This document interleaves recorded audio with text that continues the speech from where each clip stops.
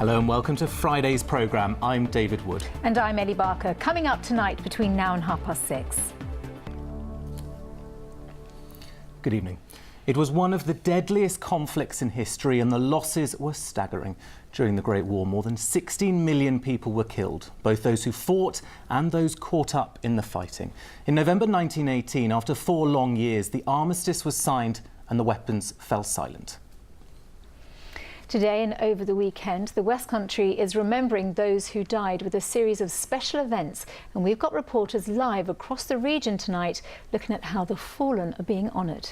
Now, later in the programme, we'll join Richard Lawrence at Exeter Cathedral and Cathy Wardle in Perranporth. But first, we can join Jackie Bird, who is in Plymouth this evening, very wet Plymouth.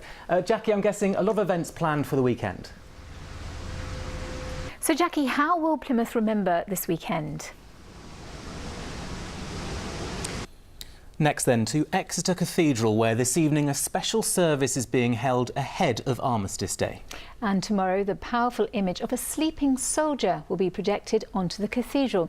Our reporter Richard Lawrence sent this report.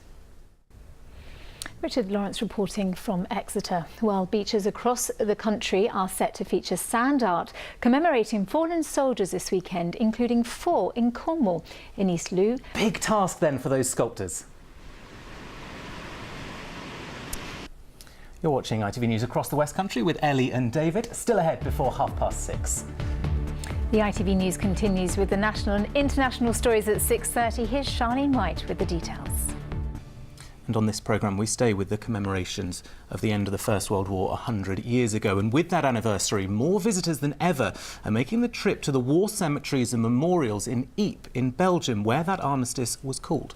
But keeping the war graves immaculate all year round is no easy task. Ashna Hurinag has been to meet the gardeners who are responsible for ensuring those lost are forever preserved in history. Of the late Harry Patch speaking to us 10 years ago.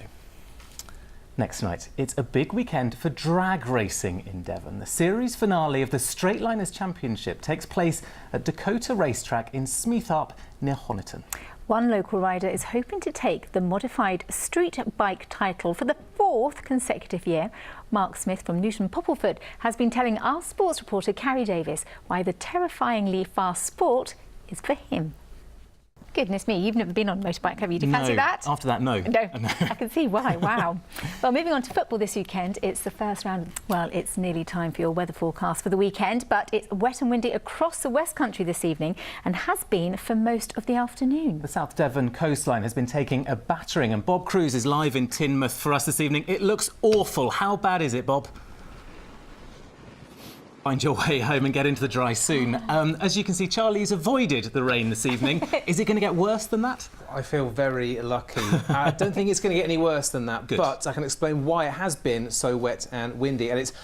Charlie, thank you very much. Well, that's it from all of us here. I'll have the late news for you at 10:30. The ITV Evening News is next with Charlene White, but we will leave you tonight with the scene